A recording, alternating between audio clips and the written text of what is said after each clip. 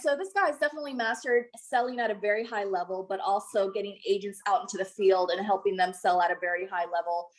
So we're just absolutely honored, Zach, that you took the time to get on this call with us and our team, and just to kind of share some of your nuggets. I've watched like all of your videos and podcasts and stuff. So it's an honor for you to be on our call. We're super excited about that. So if you could just kind of introduce yourself, anything that I may have missed. I know your list of accolades just kind of go like that. So anything that I've missed, definitely fill us in. And I do believe that your highest paid was over 800,000. Is that correct? Yeah, it was. I did last year I did 700,000, and I got to the point at the end of the year where I couldn't run business anymore. So that was through like October. Okay. But thank you for the kind intro. And I mean, hopefully everyone, once we get done with this, will realize how simple this is. And, you know, if you have the right attitude and have the right activity, that, you know, anyone can do this. So I've accomplished some stuff in this business. I feel like it's really nothing compared to what's out there still to happen, but I'm hoping I can, you know, share some stuff that'll help everyone, you know, be able to sell a little bit more or start building a team or whatever you guys are looking to do. Absolutely. So just kind of share, would you mind just kind of sharing, like, how long have you been with FFL? Did you have any experience in insurance prior to joining FFL? Yeah, so I've been, it's about 3.5 years now, I think going on 4 years soon. I've been with FFL. I started the last month of 2017.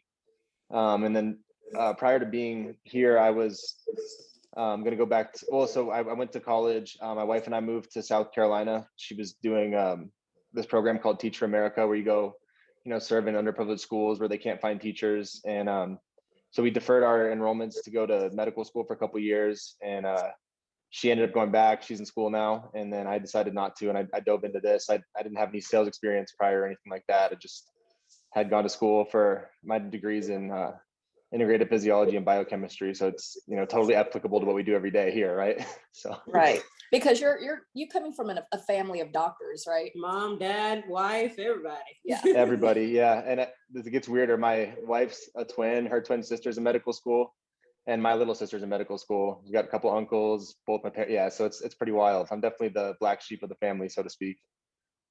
Black sheep, but probably the highest paid, right? Yeah, I think so. Actually, so, I know so, but I try not to bring that up in front of everyone. Ooh, I love it. I know. So coming from a family that's very highly educated, doctors, you know, make a very good salary. Did they give you any issues or a hard time at the beginning when you said that you were doing this? I know you didn't even expose this business until you were doing well with it, but did they give you any kind of push in the beginning when you said that you were doing this instead of going to medical school?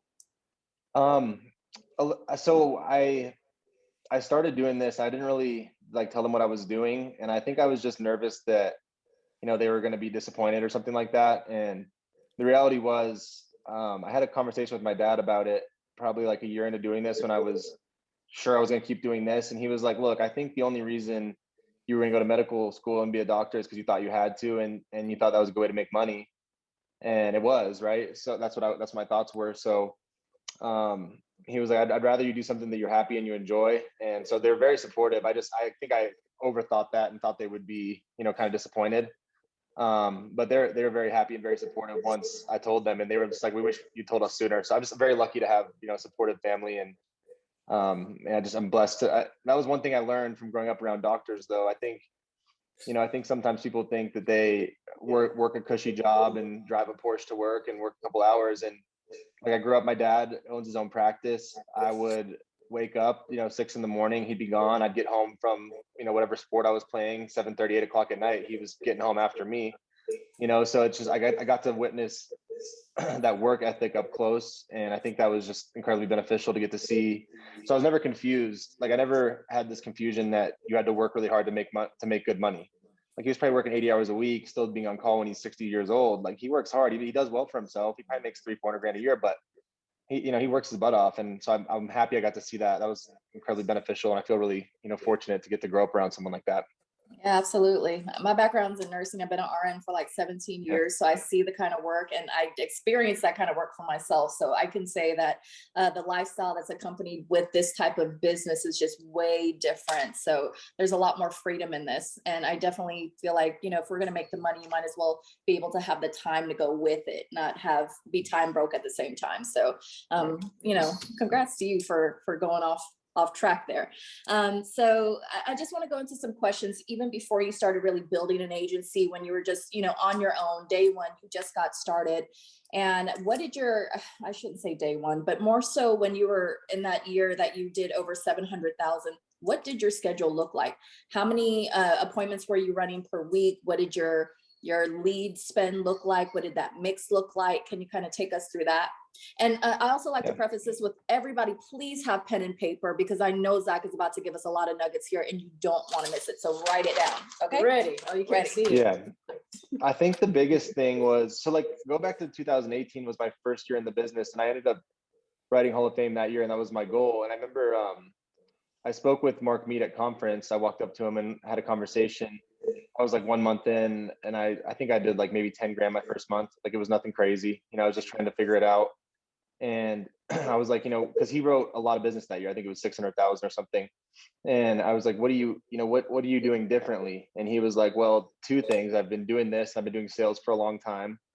I can tell you haven't been, at your age, and you just don't seem like a salesperson.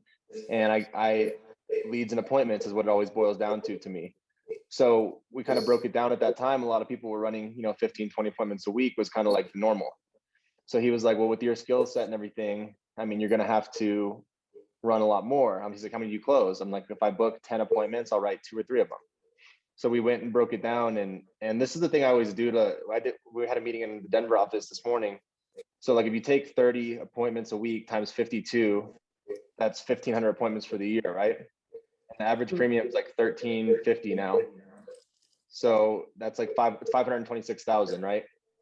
If you, all right. So sorry, if you take 30 appointments times 52, that's how many weeks are in the year, right? If you take times 0.25, so it's 390 applications out of 1,500 people you set appointments with. And if you take that times 1,350, it's 526,000, right? And that's like the math he broke down for me. So he was like, you need to, your focus right now, your goal, because he's like, what's your goal? I'm like, I want to write 10,000 a week, 400,000 for the year. And he's like, that's a really stupid goal. And I was like, what? Like, I thought that was like what everyone wanted to do was hit Hall of Fame. He's like, no, it's a stupid goal, because you could have a week where you run 15 appointments, write 10 grand, and you could have a week where you run 15 appointments and write 0, just with where your skill set's at. And I appreciated how honest he was with me about it. And he was like, your goal you shouldn't be worried about, AP, anything like that. 400,000, put it all out of your head. We got to break it down into something that's more attainable and will be less stressful for you to do, and be able to just enjoy the process of it. So he's like, the only thing you need to focus on is getting 30 appointments a week. And then we broke that math down. It made sense. And I knew I only had to, and that's where we kind of got the 30, 20, 10 thing. It's like, if you can close, 25% of the appointments you set, you're going to do 500,000 for the year. And wow. So I ran that schedule every single week was, Monday, Thursday. I just did the typical schedule. But I never went out I always made sure I had at least 8 appointments per day, and at least 30, 34 appointments a week was like a non-negotiable for me. So when I looked at the year, I looked back at it, actually, I closed more like 20% of the appointments I set, which is pretty bad. Like, I think most people, probably everyone on this call, is actually better than that. But the rub is that the consistency is where people fall off sometimes, right? So the most important thing to me, and the only thing I kept track of while I was trying to figure this out, was how many appointments I was setting a week and how many people I was meeting with a week. Because I knew I could fix the other stuff, but you have to get in front of enough people to be able to fix your in-home, right? And then, so moving to 2019 and 2020, I think I did like 619, and 2020 was 700-ish. And I kept my schedule exactly the same. I ran the same exact activity, same amount of appointments, but naturally you'll just get better, you get more confident. And I still wasn't closing 80, 90%, but I was closing maybe 60, 70% sometimes. And that's where it just, exponentially went upwards, because I kept the same activity that I was doing, but I got better. And it still wasn't like good. Like there's many people that I know and I work with in the company who are much better than I am. And that's why you see, people on our team now, like you look at like Easton or like Jake Conan, like they do the same activity, but they write 100 grand a month just because they're better than I was at it. But like you can definitely write a ton of business if you're not that good and you just run consistent activity. And the other thing, just to, I guess, like expand on that a little bit, I think it was 2020, or no, 2019. I remember I finished, I think, first on the Southeast team, right? Which was cool. I was, I guess, whatever. But someone with Ed Terrell called me and broke it down. He was like, dude, you know that you never were the #1 submit agent or the #1 issue paid agent for a month, but you're always like in the top 5, and you ended up being the #1 for the year because you were always, 3, 4, 5, but just every month was the same. It was like 30 appointments a week, 10 to 15 grand a week. You never did 30, you never did 8. You were just always right down the middle. And the consistency is nice because then you can control your income, right? So it was nice for me because I knew, okay, I'm adding another staff person. It's going to be an extra 4 grand a month. So I need extra 4 grand a month. So I need to add extra 2 appointments a week to make my extra 4 grand a month. And my income was incredibly predictable because I knew my numbers down to a T because I just had done it enough times. And it was just like the same thing every week. It didn't matter. It was always 30 appointments no matter what. I love that. Yeah. So you're not focusing on the sales, you're focusing on the appointments. Activity is Right. everything. All about the activity. So what did your lead mix look like when you were running? And it's changed a lot, right? Because, and I think this is important, is like the FFL keeps evolving, lead types keep evolving, like for anyone that runs only mortgage protection leads, like I hate to break it to you, but take it 3-4 years down the road, my generation is going to be the one that's buying houses and stuff, and I don't open my mail. So like I just, it's going to go away. So I always wanted to make sure I had a good lead mixture. Like when I started, what we had was mortgage protection mailers and aged mortgage protection mailers. So that's what I ran. And then we started doing Facebook final expense leads, and then, final expense mailers, internet leads. So the last year when I actually wrote the most, I ran probably, I have 30 appointments a week. I probably ran 10 to 12 mortgage appointments, new and old. I didn't really care necessarily which type. I'd run a bunch of internet leads, and then I'd run some final expense leads. So maybe 5 to 10 final expense leads, and then the rest were instant internet leads or the 1 month leads. Do you find that the premiums are bigger for your mortgage protection appointments versus your life regular final expense? What I think the final expense, yes. Then life, though, what I noticed was like mortgage protection, what you're going to get. It's probably going to be somewhere between $100 to $200 a month, right? But the nice thing about the internet life leads is it's everyone. So yes, you're going to run into people that are in trailer parks and in free and reduced housing and stuff like that.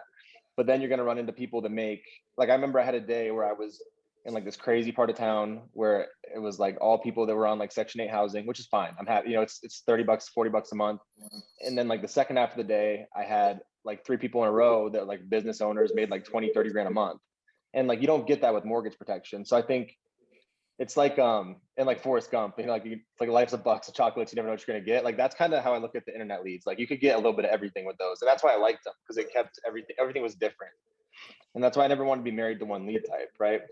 And the other thing to consider, like I have a good example for why you should use different lead types. Right. So this last year, like in November, there was the election. Right. So all the Facebook final expense leads became, $100 a lead because there was so much traffic on Facebook. So they couldn't produce those for a while. Right. And then probably 6 months ago, there was those crazy storms in Dallas, which just happened to be where a lot of the mail houses are. So everyone that was only relying on those had no mail for a couple of weeks after that because all the mail got slowed down. Right. And then say FFL goes, hey, 50% off instant internet leads. Then everyone goes in and buys all the instant internet leads. And if you miss the boat on that, then you're not gonna be able to buy any of those. So that's why I always like to have at least 3 different lead types to run, because I was never gonna get caught off guard. If Facebook leads got shut down because of the election, I just shifted more over to the internet leads, right? If my mailers didn't come in, I would just do more Facebook leads and more internet leads, and it's more mailers. So. Gotcha. So, we have a lot of people here on the team that they do the activity. But what we're also seeing as far as numbers is that our average AP numbers are not as high. What do you do? Do you create more value in the home when you're sitting with clients in order to bring, the AP up higher, or how did you approach that? Or what did you do to create more value in the home for that? Yeah, so I think that comes from 2 things, like doing a really thorough job of figuring out why you're there and what they need, and then also kind of going through their budget with them.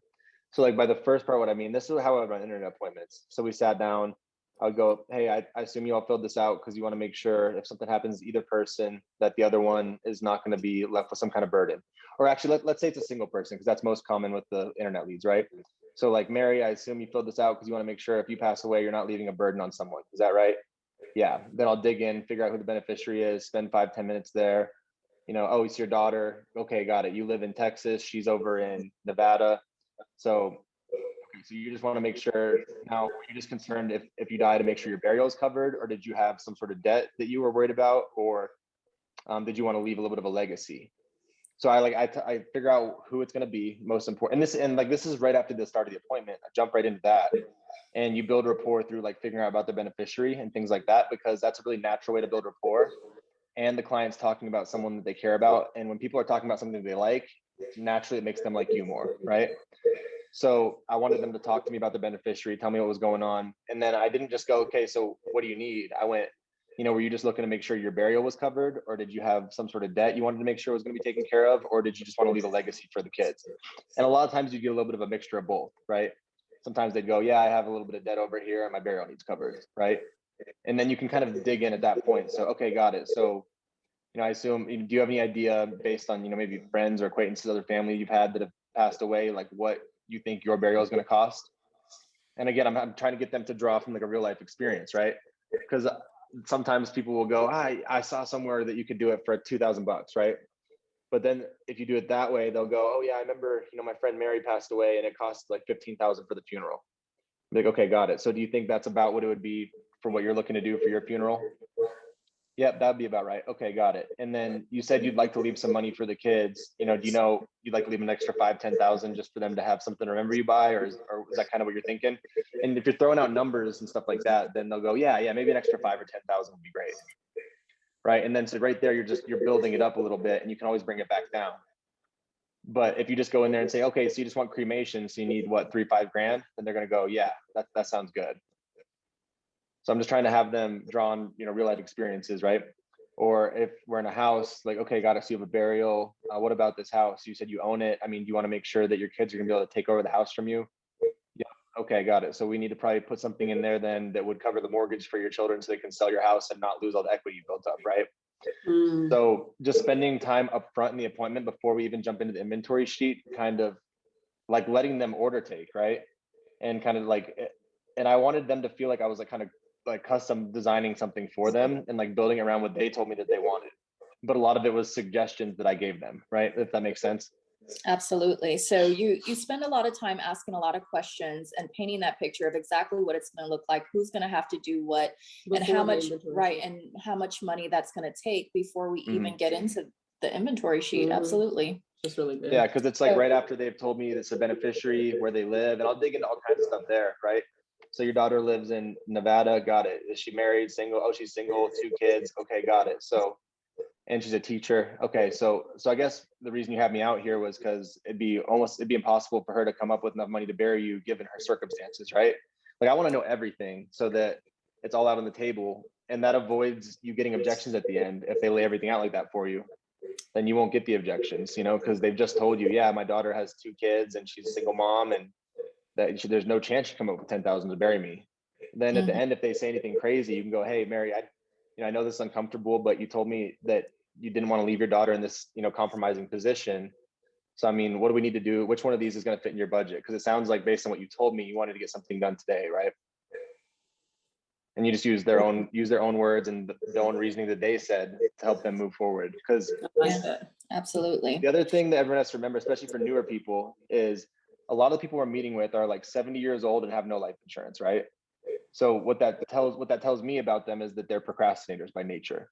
So when you get to the end and they're going, I want to think about it, that's just them trying to procrastinate further. And it's your job to stand up for their beneficiary and help them make the right decision. Otherwise, they'll keep procrastinating, and then one day it's going to be too late. So like that's how I looked at it. And I looked at it like I was advocating for their beneficiary and helping them get insurance to make sure that person would be taken care of, not like a sales transaction. And that helped me mentally, feel good about what we're doing. And it is important. Like I've had, the other day I had a death claim, and I've had 22 since I started, which is a lot. So it just but every time I got one, it made it so much more real for me. And I saw the impact it had on the families when they got the money. And when you're new, you don't realize that if you haven't had one yet, but it is a big deal to people, and I've also had a couple people call me who didn't get insurance, and that's like the worst feeling in the world. So I never wanted to leave it. I don't want to think about it. I just wanted them to tell me yes or no. And if you do a good enough job up front, you can get to that point at the end very easily. Nice. That's Awesome. good. Yeah, that was golden. Hope y'all wrote that down. Build the value before the inventory sheet. Right. I So was lacking that. I want to talk about also, did you hire right away when you first got started, or if you didn't, then why did you wait? Yeah, I didn't right away. And the best example I can use for this is, so Grady Polson and I started like the same time in the industry, right? And last month our agency did like 2.25 million and his did 5 million and some change. Okay. And it's like, I think Grady had some business experience, business acumen I didn't have coming into this. I think he's a better, more polished speaker, all these things, right? But do I think the gap would be that large if I'd started right away like he did? No, I don't. I think maybe it would be like a million behind him or something like that, right? And just because of the compounding effect it had from starting early on. And the misconception that I had was that I had to know everything because I was going to have to teach everyone everything. And what I realized was being able to sell and then being able to teach people how to sell are two totally different things. And a lot of being able to teach people to sell is just being able to point them to the right resources and the right people that can let them help, like let them help you. So like Liz is on this call, right? It's like if I had someone that was new and struggling and needed help, I'd go, hey, Liz writes 50 grand a month. Why don't you give her a call? She'll run through that appointment with you. But when you're new, you think I have to be the 50K producer that's to teach everyone everything. And that's actually not the right way. And if you try to, when I started growing, I tried to be everything to everyone and we couldn't grow. So what you have to learn how to do really when you're managing is just point people in the right resources, get them the right trainings, be there to support them. But your job is to teach them how to use the tools that we have at our disposal and the people that we have at the company that can teach them how to sell a lot. So, and the other thing is too, and there's a ton of examples of this, but like, even if you're not the best salesperson in the world, you could be the best recruiter in the world, or you could be very good at recruiting, right? So like I look at someone like Jordan Lowry, who he wrote over 20 grand every month he was in the field, but his best month was like 29,000, right? But he recruited all day, every day, and built a massive agency that way. So even if you may not be a 100K producer, if you start hiring right away, maybe you'll be very good at that, very good at building a team. And you don't have to be someone that writes 80, 90, 100 grand a month. You can write 20 or 30 and build a really profitable agency that way. Yes, absolutely. Why would while we're talking about hiring, because I was anti-hiring in the beginning, but I'm pretty much getting it. But why would you want to hire? Like, why would you want to recruit people for this? I guess financially, and of course you don't want to be selfish, but explain that. Yeah, I mean, I think in the beginning I was against it too, because it was all about, if it's all about money, it's going to be hard to recruit. The money is a great byproduct, right? And you'll make a ton of money. I mean, if you take an agency doing $1 million a month with 100, 120 producers, and you have 5 or 10%, you're going to override like 100 grand a month, which is an insane amount of income, right? But the reason, in the beginning, I didn't want to because I was making enough money selling. But what I fell in love with was like getting to introduce this to people who go and change their financial situations and are able to do stuff for their family they never would have been able to do before. Like I remember one of the first people that was on our team was Brittany Jarrett, right? I don't know if y'all see her at all, but she's a beast. She's already hit Hall of Fame. She's at 500 grand for the year. Her agency's doing a couple 100,000. She's killing it, right? But like when I met her, she was a stay-at-home mom and she wanted to do it kind of part-time to get out of the house, right? And then her husband's job fell through. That was a 6-figure job. So she became the breadwinner. And just like the change I've seen in what they're able to do for their family, their kids, the schools they can go to, the place they can live. And then more than that, like just seeing her develop as a person, as a leader is like, I don't like, the money's great, but I don't think the money doesn't replace that feeling that you'll have from like helping someone put them in that much better of a financial spot. So, I mean, that's really what does it for me, is just being able to, and it sounds corny, but being able to really change people's lives and change the way they're able to live their lives by, all you do is introduce them to this. And did I do much for her? Not really. I mean, I answered the phone sometimes. I helped her get the right lead flow and she did the rest. But if we didn't hire her, I mean, maybe someone else would have, but maybe not, she lived in a small town in Colorado where I'm from. And that's just how we happened to, find her. So like stuff like that I mean, the money is great and you'll make a ton of money and you can get an integrity deal and all that stuff. But if your sole goal is just to make money, you won't be able to build a big agency, because then someone calls you at 10 o'clock on a Sunday night. It's all about money, you might not answer. But if your goal is to help people and help them make money and help them provide for their families, then it'll keep you going no matter what, no matter how big you get or how much money you make. Yeah, absolutely. I couldn't agree with you more. Like just even on our team, like we're still growing, we're just getting started, but just seeing the type of impact that this has made on so many people who did need it. And like Chantel said, we were very anti-hiring at the very beginning. We came from network marketing as well. So just kind of getting beat over the head about building teams and organizations. And we built a really, really large organization in that industry. And we were just kind of burnt out, to be honest. But then once we realized that the type of impact that we could make. And we knew so many people that had the mindset, that have the drive and the discipline, but lack the vehicle and were struggling and in a hard position, and seeing them come over here and really change their financial trajectory has just been very, very exciting. It's been very fulfilling for both sides, for us and for them. So I'm excited to do that for sure. Yeah, and the nice thing too, because I've talked to other people from network marketing, like Stephen Yee is one who I'm very good friends with, and he's one of the best people you'll ever meet. And he was like, when I did it for network marketing, I was hesitant over here because over there, I knew I was putting people in something they weren't going to make money in. But then when we came here, I started feeling good about it because I knew that people were going to make money if they decided to, you know, and it wasn't my responsibility. It was my responsibility to give them and all the time and support and everything like that. But if they didn't make it work, there's 10,000 agents that are selling a ton of insurance right now. Like if someone's not making it work, it's because they're not doing something that has been laid out for them. And it's not your responsibility to save everyone, but it is your job to give as much support as you can and give people all the tools that they need, because it's just been proven over and over again. It doesn't matter, you know, age, sex, gender, nothing but none of that matters because there's someone from every, you know, area of life that is killing it over here, you know? Yeah. Absolutely. So when you first started hiring, did you focus on warm market or did you do cold market? Like what type of avenues did you use for hiring? No, I did this like the most backwards way ever. Like I did all cold market in the beginning, and this is not how you should do it, just like disclaimer. But like what I did is I was writing a bunch of business. I hired 2 staff and we like only did cold market. And again, I didn't get it. Maybe I was immature and I just didn't I didn't want to like put myself out there and be judged by people, which is weird because it's like all the people in my sphere were making like 50 grand a year working some corporate job. Like, cause we just graduated. I'm like, why do I care if I'm judged by them? Who cares, right? But it bothered me in the beginning. I didn't want to share. So we hired a lot of cold market early on. And then probably maybe like 6 months or so ago, we really started doing a good job of warm market. And like what I thought warm market recruiting was like, is that you get a list and you call everyone, right?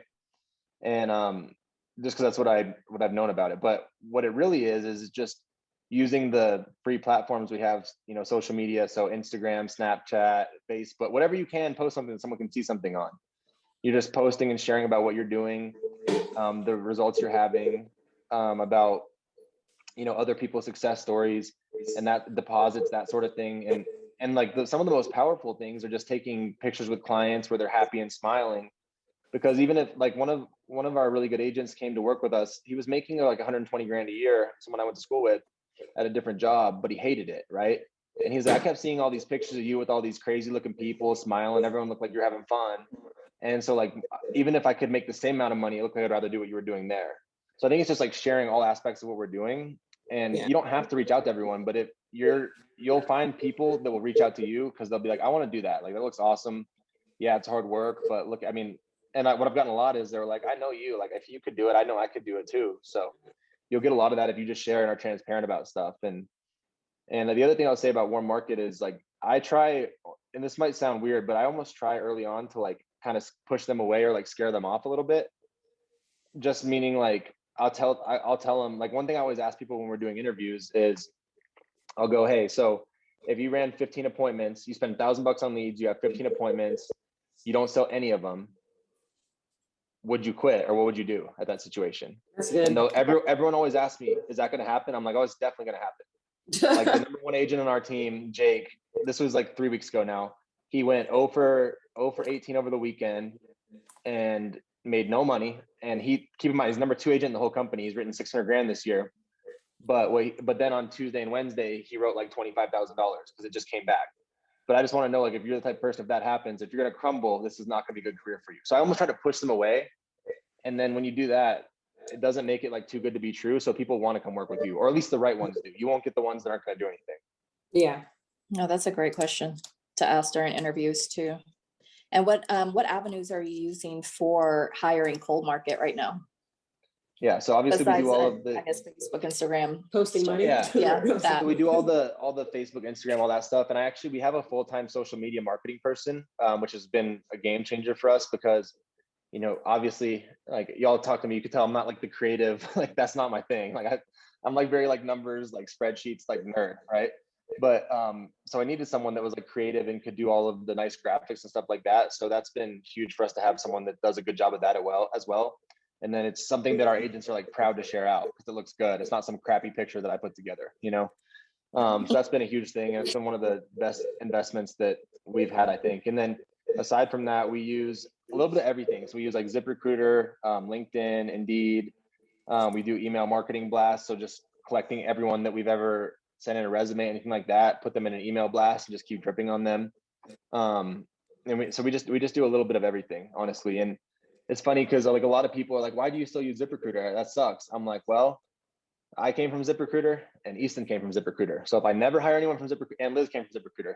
So I was like, if I never hire anyone from ZipRecruiter again, it'll pay for itself for the next 1,000 years, you know? So I'm going to keep it because it works.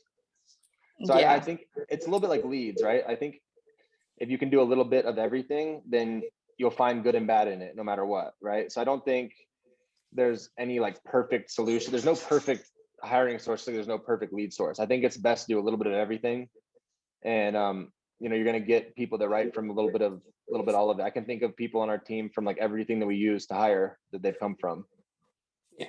But the most people have come from warm market. And the other thing to note too, when you're doing cold market recruiting, if you hire an agent, you're really like the purpose of cold market recruiting is just to tap into another warm market. So you find someone that's really sharp, then you start sharing what they're doing, you tag them in the post so that all their friends can see it. And you're just trying to tap into a new warm market that's gonna, you know, lead to a lot of other people. So like on our team, Easton is cold market, but basically his entire team is warm market, right? Like Jake he went to school with Jake, like his whole team that does, you know, 600,000-700,000 a month. They did 250 the first week of this month. So they might do $1 million this month, right?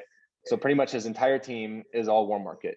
Brittany, again, cold market, but all of her team's warm market. Wiley was cold market. His whole team is warm market. You know, Kyle Hastings, cold market. So everyone pretty much that's direct to me for the most part, besides a couple people, was all cold market. But then we got in, worked with their warm market, and they've grown big teams through their own warm markets. Nice. Do you feel like people get started faster with warm market versus cold, or I guess more stickability? Yeah. Is that a word?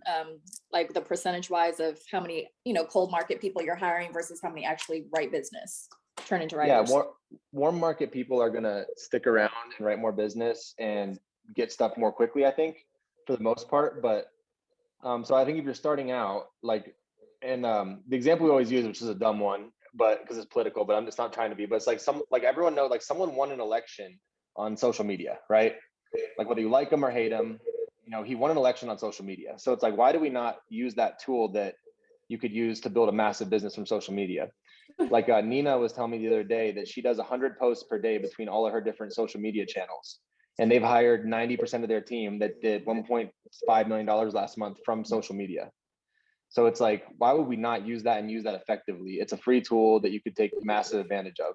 So I think that's a good place to start. And then, you know, once you're kind of rolling or if you're writing 30 grand a month, then do both right away, because all it's going to do is just increase the curve to where you are able to hire more people and build your business more quickly. But if you ask me to choose one for someone who has a limited, you know, just getting started, I would do warm market first and then kind of go into the cold market from there. Perfect. So I was listening to another call the other day, and you know, it's one thing to be a producer and an agent. When you're an agent, you're just producing, you're focusing. But once you start to build an agency, you now become a marketer. So it's always be marketing, right? Yeah. Yeah. So you're known as getting people started the fastest. So what you know, like, what's your process in getting someone, you know, a brand new agent started really fast from whenever they, you know, they're contracted with, you know, Prosperity is the first one that they're going to get contracted with. Like, what do you do from there? Or before that? And I think and this is something we've messed up a lot and had to make a lot of changes to. And I've asked a lot of people throughout the company to do a good job of it, what they do. And the one thing I found in common that we weren't doing was making early contact and building a relationship with everyone right away, right? So whether that's someone that gets put into class, whether that's someone that is cold market, warm market, whatever, is you have to be in contact with these people right away and build that relationship. And if you have recruiters or something like that, the worst thing you can do is just have your recruiter hire someone and just plug them into class and not talk to them until they're contracted, right? Because if you think of it from, you know, someone who's just getting started looking at this industry, they talk to a recruiter 30 minutes, whatever, 10 minutes, whatever it ends up being. They go home, they're like, hey, honey, I'm going to start this new job. Like, what is it? Oh, it's an insurance position. You know, I'm gonna sell insurance. I talked to this recruiter today. Oh, okay. Like, well, how does it work? Well, I don't know. Who's gonna teach you? Well, I don't know. You know, I mean, there's just so much doubt that could be there. So what we've started doing early on is, as soon as someone's hired, if I'm gonna keep them direct to me, or if I'm gonna give them to an agent on our team, we're having them get on a phone call with them right away, 5-10 minutes, introduce yourself, get to know them a little bit, build a little bit of a relationship from the beginning. And that way they can go home and they can go, oh yeah, no, I'm going to work with Chantel. She writes a bunch of business. She's been doing this for a while. You know, it's changed her family's life. She's going to teach me what to do in the field, all that sort of stuff. And it just gives them that extra confidence to where if someone shades a little bit of doubt on it, like, oh, do you think that's a good idea? Like, no, I talked to this girl who's, you know, she said she didn't have any sales experience. She's, you know, comes from a similar back, whatever it is, right? And they have some sort of ammo, and they can get their family or their spouse on board, right? So I think that's one part of it that we missed for a long time that we do religiously now. It doesn't matter, like I said, doesn't matter if they're cold market, warm market, if they're licensed, unlicensed, we're having someone call them right away. Then once people are contracted, I think the biggest thing is you have to give people like steps and like short-term attainable goals, right? So if it's today's Monday, I think, no, today's Thursday. I don't even know what day it is. I just work every day. Is it Thursday? Today's It's Thursday. Thursday. Okay, today's Thursday.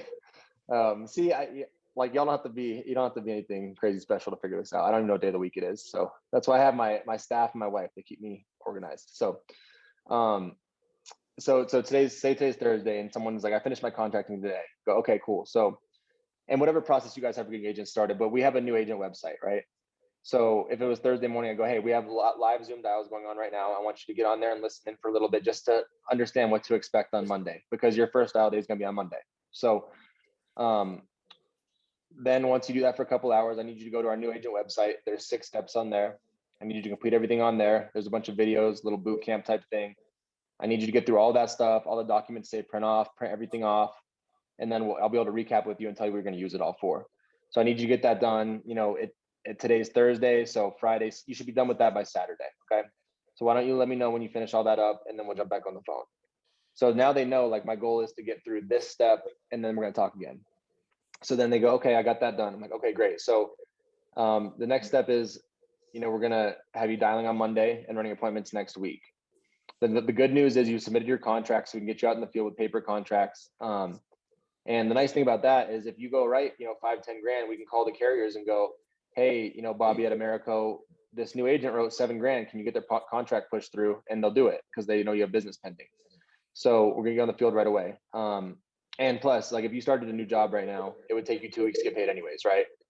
I go, yeah, okay. So we're actually gonna be able to get you paid sooner than that, but we need to have dial day on Monday. So the next thing we need to do is get onto your CRM and look at leads. So, and I still do this with new agents all the time, is I'll get on there, whatever county they're in, I'll look at what leads they have, and I'll help them make a game plan for leads based on their budget. You know, so, okay, so I'm assuming you have at least $500 to $1,000 to spend on leads, right? If people push back at all, they're like, I don't know, it seems like a lot. Like, I tell agents, I'm like, hey, if you do everything we're asking you to do, meaning dial at 7:30, call everyone 3 times in a row, call me during and after every appointment, and it still doesn't go your way for whatever reason, if you do everything exactly the way we're asking, then I'll help you out with more leads. But I need you to spend at least $500 to $1,000 on leads for your first purchase. And like, if they're like still hesitant, like, all right, let me ask you this. If I told you, if you gave me $500 today and I was going to give you 4 grand on Wednesday, would you do it? Like, would you figure out how to come up with the $500? Everyone goes, yes, right? Okay, like, this is the same thing. The only difference is you're going to have to do a little bit of work in between. So I'll get on with them. I'll get on their CRM with them. But what county you live in? Oh, you live in Harris County, Texas. Okay, got it. Let's look at that. There's X amount in 1 month. There's X amount of, into internet leads, and I'll help them tell them exactly how many leads to buy. And then I'll be like, why don't you buy those so I can show you how to print them off, export them into Excel, all that sort of stuff. And the biggest thing as a manager is understand is if you give people a structure and like tell them what to do in the beginning, they'll know what to do moving forward, right? But also, once people buy leads, they're going to go to work because they just invested in themselves. They bought leads, so they're going to dial on Monday. So we're just giving like people really structured short-term goals. And then I go, okay, so first dial day tomorrow, we'll be starting dialing at 7:30. So the reason we dial at 7:30 in the morning is so that you stand out from telemarketers, because the TCPA, they cannot call anyone before 9 o'clock. So we have a whole hour and a half window where you're basically calling these people where no one else will be calling them. And then we dial people 3 times in a row because it's another way to stand out from telemarketers and the other insurance agents. So you'll stand alone and people are going to answer the phone. And in fact, most people book their appointments on the second or third dial. So I know it sounds weird and counterintuitive. And I thought it was weird too, but I just need you to trust me on this one. It's going to make your dial day go much faster if you just do exactly what we're saying here on the phone. Does that make sense? They go, yep. And just so you know, it's your first dial day, right? So I always use like this example with people. I'm like, so it's not going to be like easy. Like you've been good at other stuff, but you're probably going to have to make 400 or 500 dials. You might have, 50, 70, 100 people pick up, and you're just trying to set 15 of those. And it's going to get easier, right? Like if I decided today that I was going to go run a marathon, this example I use everyone. If I decided today I was going to go run a marathon, I'm not a runner. I'd make it 3.5 miles and pass out and die because I'm not built for that, right? But if you gave me, a couple months to train and figure it out, I could do a marathon in a few months, right? So this is going to be the same thing. Like understand you're going to have a learning curve in the beginning. It's not going to feel easy, but after, and it's not going to take a few months either. After a few weeks of doing this the correct way, it's going to feel like you could run a marathon overnight. So you just want to give people the right expectations for dial days. I'd rather go, you might get told no 100 times. You might have to make 600 dials because that's the worst case scenario, right? Rather than go, you could make 250 dials and set 20 appointments. Because then if they don't do that, then they're mad at you. So I just want to give them, like, prepare them for the worst thing. And then it's nice when you get a call. It's like, hey, I made 300 dials and set 15 appointments. That wasn't that bad. I'm like, sweet. That's a much better call than the other way around. Yeah, absolutely. It's about setting the expectations first. So good deal. Yeah, same thing as in the home, right? You get out in front of injections. Same thing with agents. You want to get out in front of, the things are coming. We've all been through it, so you know what's coming. And like I remember when I started, like everyone was like, "Oh, it's the easiest job ever." Like you just dial the phone a little bit and set some appointments. And I'm like, "It is. That's not what happened." Like, what are you talking about? So like I didn't want to and I felt misled, right? So I just wanted people to feel like I was shooting them as straight as I possibly could be. And then people respond well to that when they know what's coming. It's when they don't understand what's about to happen, and then they're like, "Oh, that sucked," No, absolutely. Everything you're saying is like, this is golden, dude. I'm taking all these notes. Renee's running out of paper over here. You can't see because we have this we see a little bit, but you are, gosh, Zach, keep going. You're very inspiring. What, well, we have about like 10 minutes left or a few more minutes left. I'm going to open this up to anybody else. Does anybody else have any questions for Mr. $1 billion? I'm just kidding. It's coming. Look, $1 million agency. What's your age, Zach? 26. Damn, wow. That is amazing. I got lucky and found this when I was 22. So people always say that. I'm like, I just got lucky, but I appreciate it. Hey, Chastity, look, that's when we started WV. That's when we started our this company that, man, 22. Here I am at 31. Let's go, turn up. What anybody want to open up for questions for Mr. Zach? Going once, going twice? Okay, no, I'm just kidding. Anybody questions? So Zach, I have to ask, or at least bring it up because you helped me with this when I started. This team is fairly young, right? The average age in this team is super young, just like when you started. I know we had a conversation of you felt really intimidated, right? Providing these solutions to clients that were much older than us when we started. Can you explain to the team how you got over that or how you approached that in the home to not have that happen? Yeah, I mean, and you're talking about when people like kind of challenge you or like don't look at you that seriously. Yeah, I would always mess with people, right? And I got this from Sean. So like if they would go, like, how long you been doing this for? I'd go 22 years. And they look at me all crazy. I'd be like, oh, I thought you were talking about how long I've been like breathing oxygen and like living for. And then they just would like drop it, right? Because like if they're messing with you, just mess with them back. And I think, but the biggest thing that helped me as far as like having the right posture and control in the home was I would always tell people if they were like weird about age or anything like that, I'd be like, look, I don't know anything about anything. I'm obviously not going to give you any advice on, marriage or raising kids or anything like that, because I don't know anything about that. But this is what I do for a living, and I'm very good at this. So I can teach you, I can show you what to do and what's going to be the best thing for your family.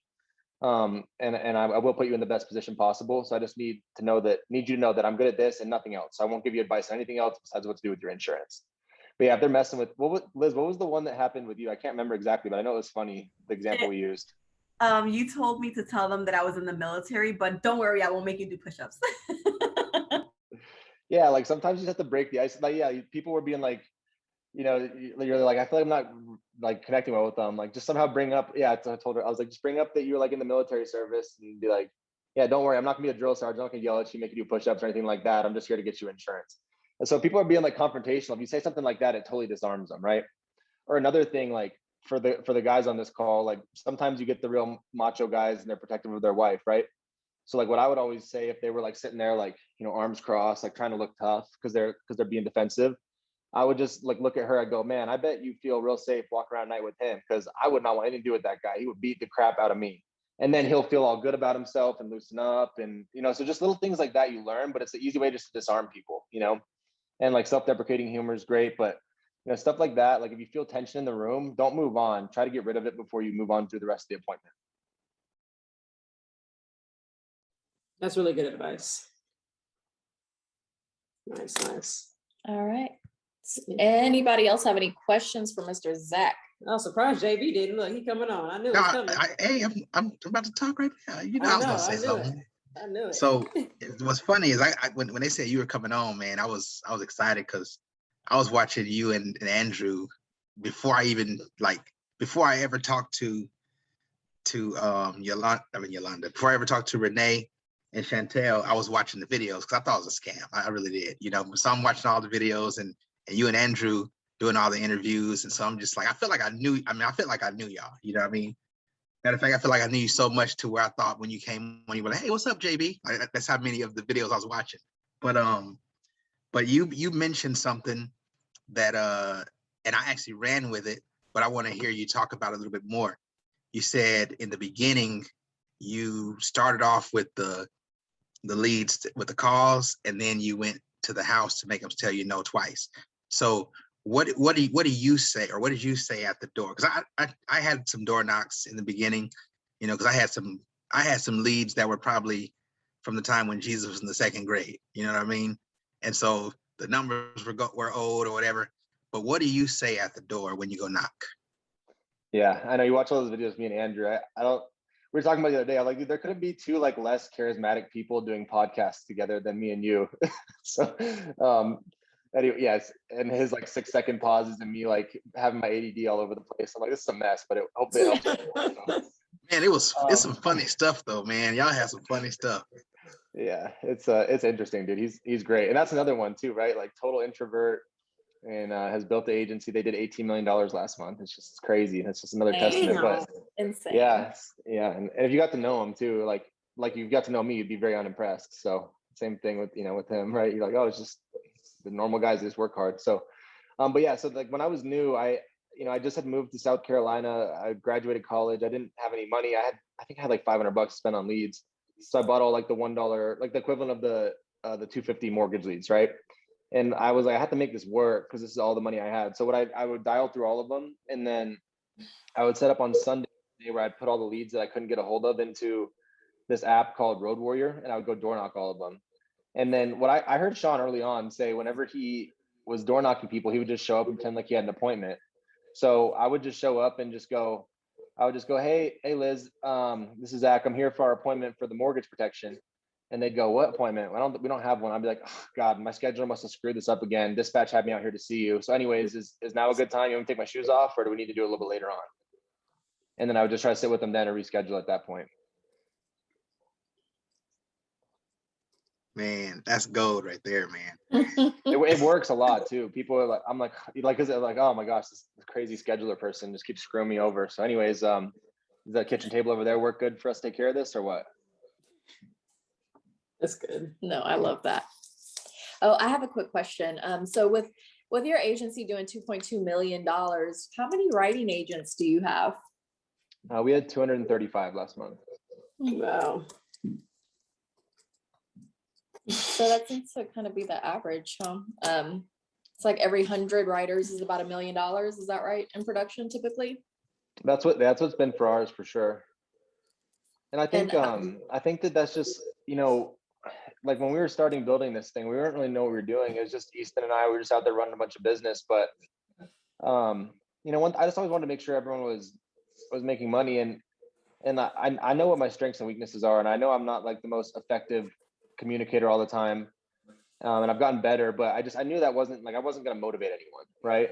So I knew I had to go out there and prove the model over and over again and be out there leading from the front. And I've never, and I never will ask an agent to do something I haven't done, you know, and that gives you a lot of power to be able to tell people what to do confidently if you've been able to do it. And I think that's why you look at Easton's group last month, they had like 60 writers and they did like $700,000. It's the same thing. It's just because he's out there, he's crazy, he's running 40 appointments a week. And he's not going to wow you with his communication skills either, but his agents love and respect him because he works his ass off, you know? And so I think that's how we've been able to build that culture. It's just, you know, I'm not going to ever ask you to do anything I wouldn't do myself or haven't done myself. Right. That's good. Well, guys, it is coming up on 8:55, and I just want to be respectful of Zach's time and all the nuggets he's given us on this call. Maybe one more question. Yeah, one more question. Who's the golden person? Who is the golden person in 5? 4, 3, 2, 1. Hey, I better do six. I better do look 6 figures next week. Right. One thing I will say, I'd like to wrap, or not to wrap, but just one thing I will say is, like, you know, there are going to be ups and downs in this business. So you have good weeks, you have bad weeks, you have good months, bad months. But if you can just remember to just, the numbers are going to work themselves out, but you have to put them in your favor enough, because if you run 15 appointments a week, you could have what Jake had and not sell anything, right? But because he ran like 35, the numbers cycle through fast enough to where he hits his numbers. Yeah. So there's going to be ups and downs, but you can curb the heck out of that by just having enough activity and just keeping the right attitude to where it's not going to affect you, because they are going to happen. You're going to have bad stretches, good stretches, but if you run enough numbers every single week, it's really hard to have a bad week, and it's impossible to have a bad month if you do it every single week. So that's the biggest thing that everyone should focus on, is just how do I get to my 30 appointments a week, and everything else will take care of itself. You don't have to be good at all if you run enough appointments. Yeah, I think that's a great point. And I just want to pick on one person here real quick. I'm sorry, I'm going to put you out there, girl. But so Lauren, she ran her today was her second run day. And she had some appointments. Yesterday was her very first run day, and ended up selling one AIG policy, went home, later kind of disclosed, I'm telling it all. But, you know, was kind of venting to her mom and cried about it, doesn't know if she could do this or not. And then today she goes out and knocks it out of the park and sells, does over $3,000 in a home today. And now she's on 10, excited, definitely sees where her future is. But like you were saying, if we keep the numbers in our favor, you could take that emotionality out and just be consistent with those numbers and really hit those goals like you want. So very, very good point to bring. Lauren, how are you feeling? Awesome. Congrats. I still can't believe it. I'm like, I did that. And what you said earlier, you never made that. You said you made what you made today. You never made that in a month, huh? Or you made that within a month? Yeah, I mean, close to it, but not, in just a couple hours, that was crazy. Yeah, absolutely. So it's all possible. Just keep running the numbers and keep the numbers in your favor, guys. That's all this is a numbers game. So thank you so much, Zach, for your time. We appreciate everything, because I know you're super, super busy, but I really do appreciate the time that you've kind of poured into us here over the last hour. You have a huge heart. Thank you guys for having me on. And it's just an honor to be able to help people out. And it's crazy. So I appreciate you guys letting me get on and help your team out. And hopefully, someone got something out of this today. Yes. Yeah, absolutely. Congratulations on integrity.